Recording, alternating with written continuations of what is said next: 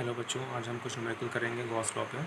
तो पहला क्वेश्चन है हमारे पास, if the electric field is given by 6i 3j + 4k, calculate the electric flux through a surface of area 20 unit lying in YZ plane. तो यहाँ पे हमने x, y और z 3 एक्सिस ड्रॉ की हुई हैं। यहाँ पे हमने एक कोई ऑब्जेक्ट लिया हुआ है जिसका एरिया हमने माना कि 20 यूनिट है यहाँ पे, जो कि हमारा YZ प्लेन में, मतलब y और z, ये मतलब इस प्लेन में ऑब्जेक्ट कहीं लाई कर रहा है। जब कोई ऑब्जेक्ट YZ प्लेन में लाई करेगा तो उसका जो एरिया वेक्टर होगा वो x डायरेक्शन में होगा, ठीक है, या फिर मतलब +x में होगा या फिर -x में होगा। तो हमने मान लिया, यहाँ पे एजम्पशन ले लिया कि हम +x मान ले रहे हैं। तो यहाँ पे हमारे पास इस डायरेक्शन में एरिया वेक्टर ये हो गया और हमको इलेक्ट्रिक फील्ड ऑलरेडी गिवन है। तो हमारे पास जो फॉर्मूला होता है फ्लक्स के लिए वो φ = E.ds होता है। तो E.ds मतलब EDS cos थीटा हो जाता है। तो electric field direction, sorry, area vector direction ये है हमारे पास, ठीक है। तो इलेक्ट्रिक फील्ड डायरेक्शन भी यहाँ पे हमने x डायरेक्शन में माना, क्योंकि जो इलेक्ट्रिक फील्ड डायरेक्शन वो 6i 3j + 4k, मतलब वो तीनों एक्सेस पे है हमारे पास यहाँ पे, मतलब x पे भी है, y पे भी है और z पे भी है।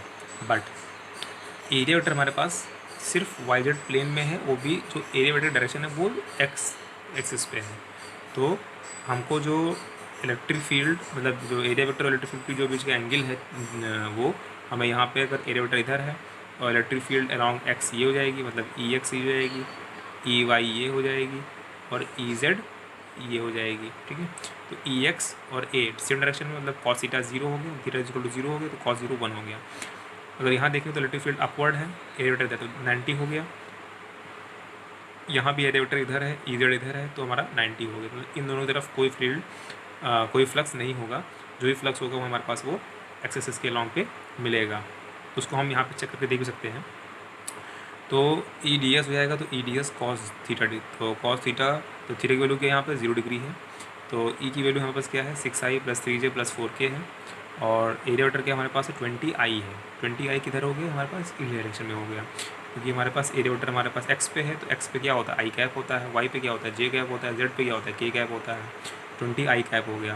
इसको मल्टीपल डॉट प्रोडक्ट लेंगे तो इस 26 से कितना होता है, 120 होता है। और i डॉट i क्या हो जाएगा, 1 हो जाएगा।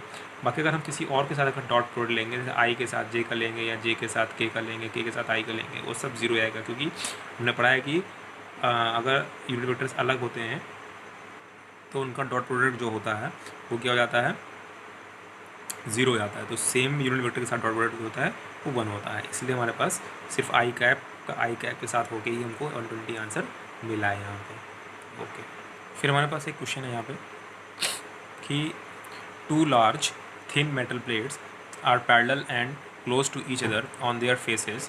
The plates have surface charge densities of opposite sign of values. This what is electric field? तो यहाँ पे हमारे पास दो प्लेट हैं, एक को हमने यहाँ पे सबकी दोनों प्लेट्स की अलग अलग सरफेस चार्ज डेंसिटीज़ हैं। इसको हमने सिग्मा प्लस माना है, इसको हमने सिग्मा माइनस माना है, ठीक है। तो हमको जो इलेक्ट्रिक फील्ड वैल्यू निकालनी है वो एक फर्स्ट रीजन, मतलब इधर फील्ड निकालनी है, लिखा है to the left of the plate, मतलब इस प्लेट के इधर निकालनी है, to the right of the plate हमको इधर निकालनी है, and in between the plate हमको बीच में भी फील्ड की वैल्यू निकालनी है। तो इसको सॉल्व करने से पहले हम लोग इसका एक जनरल फॉर्मेट देख लेते हैं, तो हमको सारी बातें क्लियर हो जाएंगी। फिर आप इस टाइप कोई भी क्वेश्चन आएगा तो आप प्लेट्स वाला, तो आप उस जनरल फॉर्मेट से कर सकते हो। समझते हैं जनरल फॉर्मेट क्या है हमारे पास। तो जनरल फॉर्मेट जो है हमारे पास वो ये कहता है कि हमारे पास अगर ये हमने प्लेट बनाया, ठीक है, और इसको हमने मान दिया सिग्मा 1, इसको ले लिया हमने सिग्मा 2, ठीक है, और यहाँ पे हमने पॉइंट ले लिया, एक पॉइंट हमने यहाँ ले लिया, एक पॉइंट हमने यहाँ ले लिया, मतलब इसको प्लेट 1 है इसलिए सिग्मा 1, या प्लेट 2 सिग्मा 2 दे दिया, या फिर इसको अलग दे दिया सिग्मा 1 या प्लेट 1 प्लेट 2 दे दिया, और चार डेंसिटी इसकी सिग्मा 1 है सिग्मा 2 है, मतलब वो अब सिग्मा 1 पॉजिटिव है नेगेटिव है, सिग्मा 2 पॉजिटिव नेगेटिव है, चीज़ें अभी क्लियर नहीं है। बस हमें इतना पता है यहाँ पे सिग्मा 1 जो है वो सिग्मा 1 सिग्मा 2 जो है वो दोनों बड़े हैं, किससे, 0 से बड़ा है हमारे पास, ठीक है। तो यहाँ पे अगर हम फील्ड निकालते हैं तो इसको हम रीज़न फर्स्ट देते हैं, इसको रीज़न सेकंड देते हैं, इसको रीज़न हम लोग थर्ड देते हैं। अभी हम इस क्वेश्चन की बात नहीं कर रहे हैं, अभी हम जनरल इसका जनरल क्वेश्चन की बात कर रहे हैं, आंसर की बात कर रहे हैं, कैसे जो निकलता है फॉर्मूला उसका। तो यहाँ पे हम लोग एक Q0 चार्ज रखेंगे, एक यहाँ पे Q0 चार्ज रखेंगे, एक Q0 चार्ज यहाँ रखेंगे, क्योंकि हमको डायरेक्शन ऑफ इलेक्ट्रिक फील्ड पता करना है। अब एक कन्वेंशन हमको लेना है कि अगर हमें फील्ड की डायरेक्शन नेगेटिव साइड जाती है तो इसको हमको नेगेटिव लेना है, अगर पॉजिटिव जाती है अगर राइट साइड जाती है तो पॉजिटिव लेना है, अगर लेफ़्ट जाती है तो नेगेटिव लेना है। ये कन्वेंशन हमको याद रखना है। ओके, सो हमारे पास ये जो है यहाँ पे इस प्लेट की वजह से इसके यहाँ पे डायरेक्शन ऑफ फील्ड, मान लिया प्लेट 1 की वजह से E1 इधर फील्ड गई। अब माइंड क्वेश्चन आ रहा है कि इधर फील्ड ही क्यों गई, इधर क्यों नहीं आई। Okay, let me tell you कि यहाँ पे हमने लिया है कि सिग्मा 1 सिग्मा 2 ग्रेटर देन 0। तो ग्रेटर देन 0 का मतलब होता है कि दोनों हमारे पॉजिटिव फील्ड्स हैं, मतलब दोनों प्लेट्स पे पॉजिटिव चार्जेस हैं हमारे पास। अगर लेस देन 0 होता तो मतलब नेगेटिव चार्ज होता है, ठीक है। अगर सिग्मा 1 सिग्मा 2 नेगेटिव होता तो उस सॉरी नेगेटिव, हाँ नेगेटिव होता तो हमारा लेस देन 0 लिखा जाता है। अगर पॉजिटिव है तो ग्रेटर देन 0 लिखा जाता है, ठीक है। ओके, सो ग्रेटर देन 0 है मतलब कि दोनों प्लेट्स हमारे पॉजिटिव हैं। पॉजिटिव कितना चार्ज है ये मतलब इसका मैग्नीट्यूड हमें पता नहीं है, सिर्फ हमें इतना पता है कि पॉजिटिव है। तो यहाँ पे हमारे इस पॉजिटिव प्लेट की वजह से इस टेस्ट चार्ज पे फोर्स इधर लगेगा तो E1 फील्ड इधर आई। इस सेकेंड प्लेट की वजह से भी हमारे पास क्या हो जाएगा, E2 फील्ड इधर आएगी। दोनों फील्ड डायरेक्शन क्या है, नेगेटिव पे है। तो हमारे पास जो नेट फील्ड निकल के आए -E1 और -E2, ये तो निकल के आएगा हमारे पास फर्स्ट रीजन में, ठीक है। तो फर्स्ट रीजन में ये निकल के आएगा। तो हमने ये पढ़ा है कि जो हमारे पास इलेक्ट्रिक फील्ड की जो वैल्यू, वो जो फॉर्मूला होता है क्या होता है, E is equal to sigma upon 2 epsilon naught होता है। किसी प्लेट की वजह से इलेक्ट्रिक फील्ड ये होती है, ठीक है। तो यहाँ से हम लोग लिख सकते हैं कि -E1 मतलब minus sigma upon 2 epsilon not. तो यहाँ सिग्मा 1 लिखेंगे minus sigma 2 upon 2 epsilon not. तो नेट फील्ड क्या हो जाएगी, मतलब इलेक्ट्रिक फील्ड यहाँ पे हो जाएगा 1 upon 2 epsilon naught negative sign, और अंदर जाएगा सिग्मा 1 प्लस सिग्मा 2, ये हो जाएगा।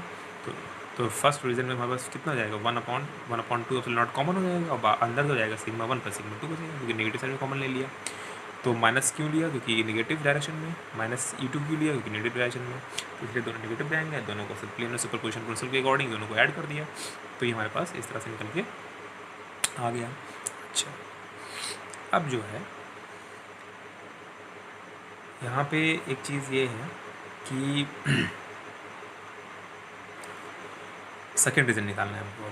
तो सेकेंड रीज़न के लिए क्या करेंगे हम लोग, यहाँ पे चार्ज रख दिया है, तो इस प्लेट की वजह से ये चार्ज इधर रेपल करेगा, क्योंकि प्लेट भी पॉजिटिव, दोनों प्लेट पॉजिटिव हैं और चार्ज भी पॉजिटिव है। तो इस प्लेट की वजह से ये चार्ज इधर रेपल करेगा, तो फर्स्ट प्लेट की वजह से इलेक्ट्रिक फील्ड इधर आएगी, सेकेंड प्लेट की वजह से इलेक्ट्रिक फील्ड इधर जाएगी। तो सुपरपोजिशन प्रिंसिपल से दोनों को अब यहाँ पे देखते हैं सिंबल से, सब कन्वेंशन से।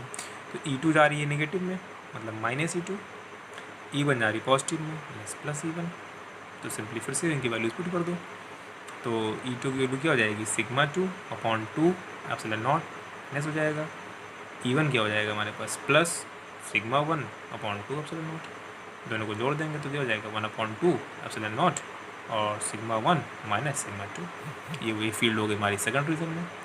अब थर्ड रीजन की बात करते हैं। थर्ड रीजन में क्या हो जाएगा कि इस पॉइंट पे देखते हैं थर्ड रीजन में, मान लो तो फर्स्ट प्लेट की वजह से क्या हो जाएगी, इलेक्ट्रिक फील्ड इधर जाएगी E1, और सेकंड प्लेट की वजह से भी इलेक्ट्रिक फील्ड किधर जाएगी E2। पॉजिटिव चार्ज रखा है ना यहाँ पे, क्या Q0 रखा है, ये Q0, तो Q0 किधर होगा, ये भी पॉजिटिव प्लेट है तो इसकी वजह से रिपल होगी E2। ये सेकंड प्लेट है, सेकंड प्लेट की वजह से इस चार्ज पे इधर फोर्स लगेगा तो E2 हो गया।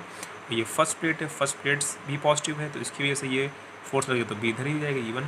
दोनों डायरेक्शन क्या है, पॉजिटिव है, दोनों पॉजिटिव हैं, तो क्या हो जाएगा प्लस E1 और प्लस E2 सुपरपोजिशन प्रिंसिपल से। तो हो जाएगा कितना, sigma 1 upon 2 epsilon not plus sigma 2 upon 2 epsilon not. तो 1 अपॉन 2 एप्सिलॉन नॉट और सिग्मा 1 प्लस सिग्मा 2 हो जाएगा। तो ये थर्ड रीजन पर निकल गया। अब हम ये हमारे पास जनरल फील्ड निकल के आ गई तीनों रीजन की। अब हम इस तरह की कोई भी क्वेश्चन हो सॉल्व कर सकते हैं। देखो मैं आपको आंसर बताता हूँ। यहाँ पे जैसे बोला है कि इस केस में देखते हैं कि यहाँ पे इन्होंने दे रखा है कि सिग्मा 1 की वैल्यू प्लस है और सिग्मा 2 की वैल्यू माइनस है, ठीक है। इस पे प्लस चार्ज है, इस पे नेगेटिव चार्ज है। हमें पता करना है कि to the left of the plate, मतलब हमको फर्स्ट रीजन में फील्ड निकालनी है, बहुत सिंपल है। तो सिग्मा 1 की वैल्यू क्या है, यहाँ पे प्लस सिग्मा है, तो यहाँ पे सिग्मा में प्लस सिग्मा रखोगे। और सिग्मा टू की वैल्यू क्या है माइनस सिग्मा, तो प्लस सिग्मा माइनस सिग्मा क्या हो जाएगा zero, plus sigma minus sigma कितना है जीरो, तो इस साइड फील्ड कितनी हो गई जीरो हो गई यहाँ पे, ठीक है। तो इलेक्ट्रिक फील्ड जो है फर्स्ट रीजन पे ज़ीरो हो गई इस केस में जनरली क्वेश्चन से। अब बात करते हैं सेकंड रीजन की, जैसे इस सेकंड रीजन की बात करते हैं तो सेकंड रीजन कितनी है ई सेकंड रीजन, ठीक है। तो 1/2 not sigma one minus sigma two है, तो सिग्मा वन कितना है प्लस सिग्मा, सिग्मा टू कितना है माइनस सिग्मा, तो प्लस सिग्मा और माइनस और सिग्मा टू की वैल्यू क्या है माइनस है, तो माइनस माइनस प्लस हो जाएगा, तो 2 सिग्मा हो जाएगा, 2 सिग्मा, तो 2 सिग्मा अपॉन 2 एप्सिलॉन नॉट, और 2 कैसे हो जाएगा सिग्मा अपॉन एप्सिलॉन नॉट, मतलब यहाँ इनके बीच की फील्ड कितनी हो जाएगी sigma upon epsilon naught net field second region की। फिर आते हैं थर्ड रीजन पे, third region 1/2 epsilon naught, sigma one की वैल्यू क्या है प्लस सिग्मा, सिग्मा टू की वैल्यू क्या है माइनस सिग्मा, तो प्लस सिग्मा माइनस सिग्मा कितना हो जाएगा जीरो, मतलब इधर भी फील्ड जीरो, तो मतलब फर्स्ट पे और थर्ड रीजन पे फील्ड ज़ीरो, और हमको सिर्फ फील्ड जो मिलेगी वो सेकंड रीजन की वजह से ही मिलेगी। इस तरह से आप इस जनरल इक्वेशन को यूज़ करके आप इस तरह के सारे पैरेलल प्लेट्स क्वेश्चन को सॉल्व कर सकते हैं कॉन्सेप्ट को यूज़ करके। अब बात करते हैं हम लोग यहाँ पे, अभी तक हम लोगों ने जो है मैथमेटिकल फॉर्म की बात की थी, जो गॉस लॉ के मैथमेटिकल फॉर्म मतलब जो फ्लक्स का जो मैथमेटिकल फॉर्म है E.ds पे क्वेश्चंस की है। अब हम लोग कुछ क्वेश्चन करने जा रहे हैं गॉस लॉ पे, ठीक है। तो गॉस लॉ पे क्वेश्चन करने जा रहे हैं, जैसे हमने यहाँ पे एक क्वेश्चन लिया है, ये हमने एक हेमिस्फीयर लिया है, ये हमारे पास एक हेमिस्फीयर है, ठीक है, ये हमारे पास एक हेमिस्फीयर है। तो हमने इसके बिल्कुल सेंटर पे यहाँ पे एक क्यू चार्ज रखा हुआ है और ये कटा हुआ मतलब वही मतलब हेमिस्फीयर है, तो सेंटर पे चार्ज रखा हुआ है। अब हमें इस पर फ्लक्स निकालना है, मतलब नेट फ्लक्स निकालना, कितना फ्लक्स निकलेगा। तो हमने पढ़ा है कि फ्लक्स का फॉर्मूला क्या होता है कि phi is equal to total charge enclose by the 3D surface is 1/ε0 times होता है वो, ठीक है। मतलब सिंपली फाई जो होता है वो Q अपॉन ε0 टाइम्स होता है, जो Q होता है ये total charge enclosed by the 3D surface. तो ठीक है हेमिस्फीयर 3D सरफेस होता है, बट यहाँ पे चार्ज इंक्लोज नहीं है, जो हम लोग इंक्लोज वर्ड बोलते हैं वो चार्ज यहाँ पे इंक्लोज नहीं है, चार्ज ऊपर रखा हुआ है इस पर सरफेस पे, जो कट करके यहाँ रखा है इसके ऊपर रखा है चार्ज। तो क्या करना पड़ेगा हमें, तो हमें सिंपली क्या करना है कि इस सरफेस को हमें किसी गशियन सरफेस से कवर करना पड़ेगा, जैसे हमने पढ़ा है, मतलब इस चार्ज को हमें उस गशियन सरफेस के अंदर लाना। तो गशियन सरफेस का काम गशियन सरफेस का काम यही होता है कि हम चार्ज को इंक्लोज कर सकें। तो ये हमारे पास चार्ज को यहाँ पे इंक्लोज कर देंगे सेम ऐसे ही एक कैप लगा के ऊपर से, तो हमारा ये हेमिस्फीयर कंप्लीट हो गया। जब हमने इसको कवर कर दिया तो हमारा हेमिस्फीयर कंप्लीट हो गया, ठीक है। अब ये चार्ज हमारा सेंटर पे आ गया, अब ये चार्ज हमारे पास सेंटर पे आ गया। अब चार्ज सेंटर पे आ गया तो हम टोटल फ्लक्स निकाल सकते हैं।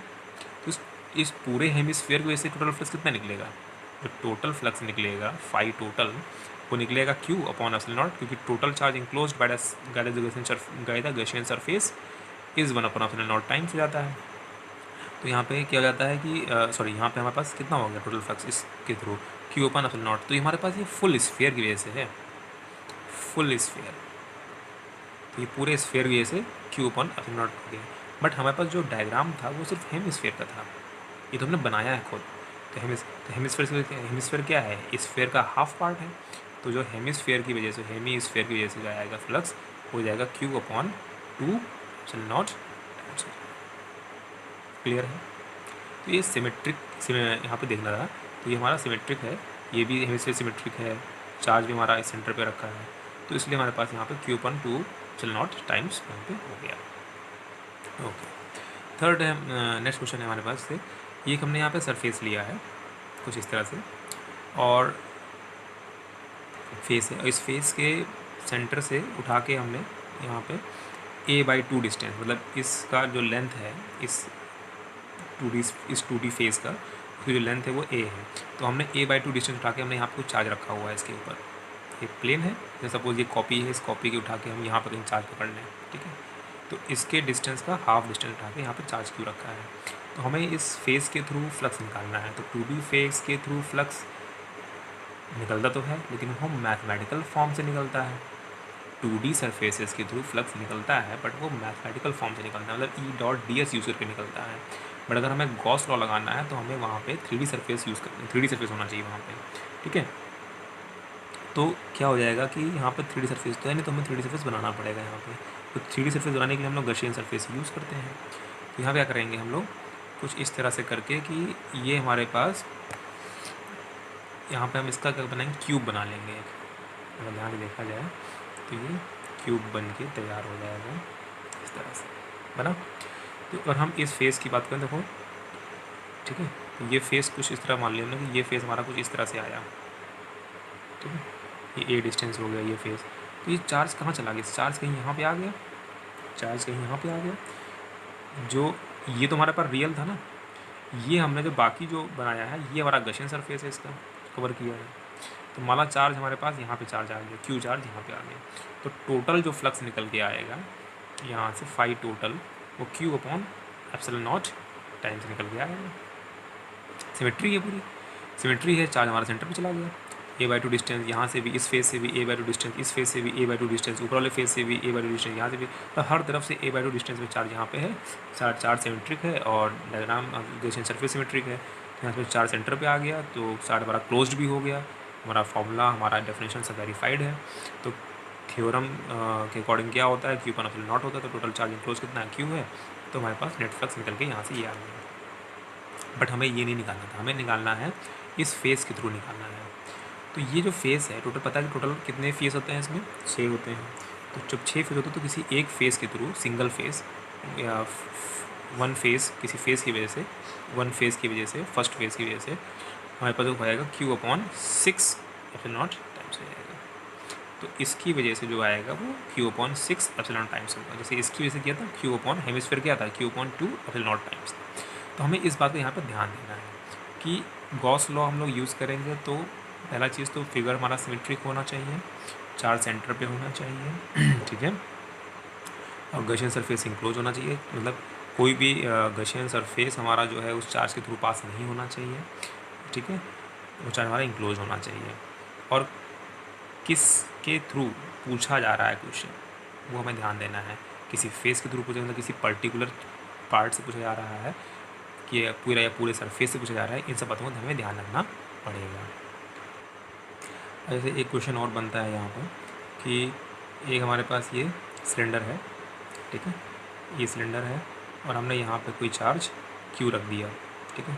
अब ये सिलेंडर, अब क्या करना है कि ये चार्ज जो है बिल्कुल इसके ऊपर रखा हुआ सिलेंडर में, तो हमें यहाँ फ्लक्स निकालना है, ठीक है। तो फ्लक्स निकालने के लिए अब ये चार्ज हमारा ओपन में है, हमें इसको क्लोज करना पड़ेगा। तो क्लोज करने के लिए हम यहाँ पे एक गॉसियन सरफेस लेंगे, ठीक है, और गॉसियन सरफेस हम सिमेट्रिक बनाएंगे ऐसा। तो जैसे जितना पार्ट नीचे सिलेंडर का था उतना ही पार्ट हम गॉसियन सरफेस को ऊपर बनाएंगे यहाँ पे, ठीक है। तो ये हमारा कंप्लीट सिलेंडर बन गया यहाँ पे, ठीक है। चार्ज हमारा सेंटर पे आ गया, चार्ज सेंटर पे आ गया तो नेट फ्लक्स कितना हो गया, नेट फ्लक्स हमारे पास हो गया क्यू अपॉन एप्सिलॉन नॉट हो गया। बट हमें हाफ सिलेंडर का निकालना है, तो क्यू अपॉन 2 एप्सिलॉन नॉट हो जाएगा यहाँ से, ठीक है। हम लोग ऑलरेडी पढ़ चुके हैं कि उसको फिगर से कोई फ़र्क नहीं पड़ता है। गॉस लॉ में मैंने पढ़ा था कि वो फिगर कैसा भी उससे फ़र्क नहीं पड़ता है, हमें टोटल चार्ज से फ़र्क पड़ता है कि टोटल चार्ज इंक्लूड कितना है उसमें, क्लियर है ना। अब एक क्वेश्चन ऐसे बनता है, बहुत अच्छा क्वेश्चन है कि हमारे पास कुछ ऐसे कोन है, ठीक है, एक कोन है हमारे पास इस तरह से। तो इस कोन के जो वर्टेक्स पे यहाँ पे कोई चार्ज क्यू रखा हुआ है, ठीक है। तो हमें इसके थ्रू फ्लक्स निकालना है, इसके थ्रू फ्लक्स निकालना है।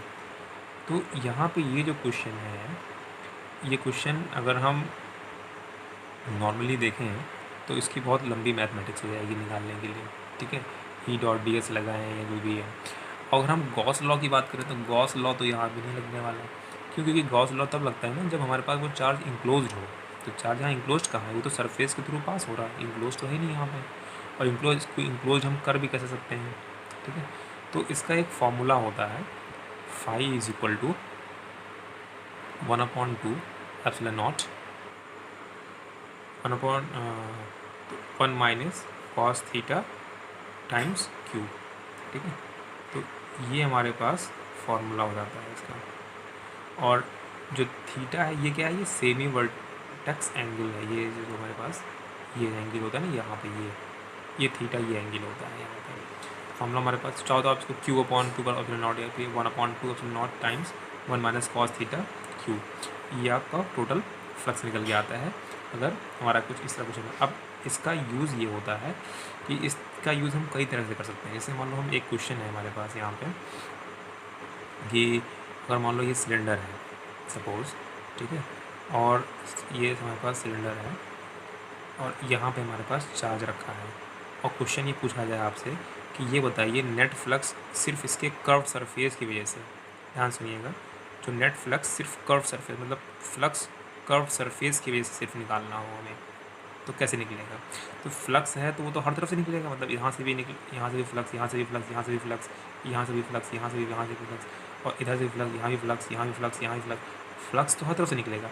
बट हमें जो फ्लक्स चाहिए वो सिर्फ कर्व से, मतलब हमें सिर्फ ये वाला फ्लक्स चाहिए, ऊपर नीचे वाला फ्लक्स नहीं चाहिए। तो इस कंडीशन में क्या करेंगे? इस कंडीशन में हम लोग यही फॉर्मूले को अप्लाई करते हैं, ठीक है। तो इस पर हम लोग नेक्स्ट वीडियोज़ में ये डिस्कस करेंगे। तो इस तरह से क्वेश्चन, वैसे ये क्वेश्चन कंपटीशन लेवल पे होते हैं, आपके एनसीईआरटी लेवल पे नहीं है। तो बस इतना समझ लें कि ये फॉर्मूला आपको यहाँ पे याद करना है, याद होना चाहिए आपके पास फॉर्मूला, ठीक है। जैसे इस केस में क्या है कि हम यहाँ पे देखेंगे कि ये इस तरह से कोन कोन बनाएंगे, यहाँ कोन बनेगा, एक यहाँ कोन बनेगा, ठीक है, दोनों कोन बनेंगे यहाँ पे। तो इस कोन की वजह से फर्स्ट कोन है हमारे पास, यहाँ पे इसकी वजह से फॉर्मूला ये अप्लाई करेंगे, फिर इस कोन के लिए फॉर्मूला यही वाला अप्लाई करेंगे, दो कोन की वजह से फॉर्मूला लगाएंगे, तो दोनों की वैल्यू निकल के आएगी, उस वैल्यू को, और टोटल फ्लक्स कितना होता है, Q upon epsilon not times होता है टोटल फ्लक्स माइनस, और इन दोनों कोन की वजह से जो फ्लक्स निकल के आया है इस फॉर्मूला को यूज़ करके उसको माइनस कर देंगे, तो हमें सिर्फ कर्व सरफेस से हमें यहाँ पे फ्लक्स निकल जाएगा। लास्ट क्वेश्चन है हमारे पास, electric field component E x is equal to alpha x की power 1/2, E y is equal to E z is equal to 0, in which alpha की वैल्यू यहाँ पे जो है वो 800 दे रखी है। कंसीडर द क्यूब, ये फिगर बना रखा है हमने यहाँ पे, तो ये एक्स वाई और जेड एक्सिस है, यहाँ पे हमने एक्स एक्सिस पे एक क्यूब बना रखा है यहाँ पे।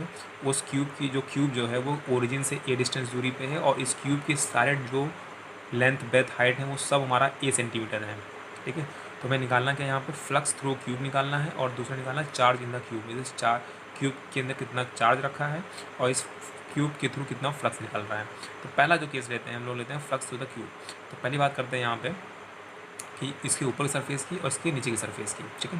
तो ऊपर की सरफेस से इलेक्ट्रिक फील्ड कितनी है, ई वाई 0, ऊपर field E Y 0, E Z 0, तो ऊपर से कोई फ्लक्स निकलने वाला नहीं है, पहला चीज़ क्लियर हो गई। अब आते हैं ई एक्स पे, ई एक्स पे फील्ड है हमारे पास, मतलब ई एक्स पॉजिटिव पे और ई एक्स नेगेटिव दोनों पे फील्ड मतलब है हमारे पास, तो यहाँ पे फ्लक्स निकल सकता है, ये निकलेगा। तो यहाँ पे हम लोग दो फेस लेंगे, एक फेस ये लेंगे, एक फेस ये लेंगे, ठीक है।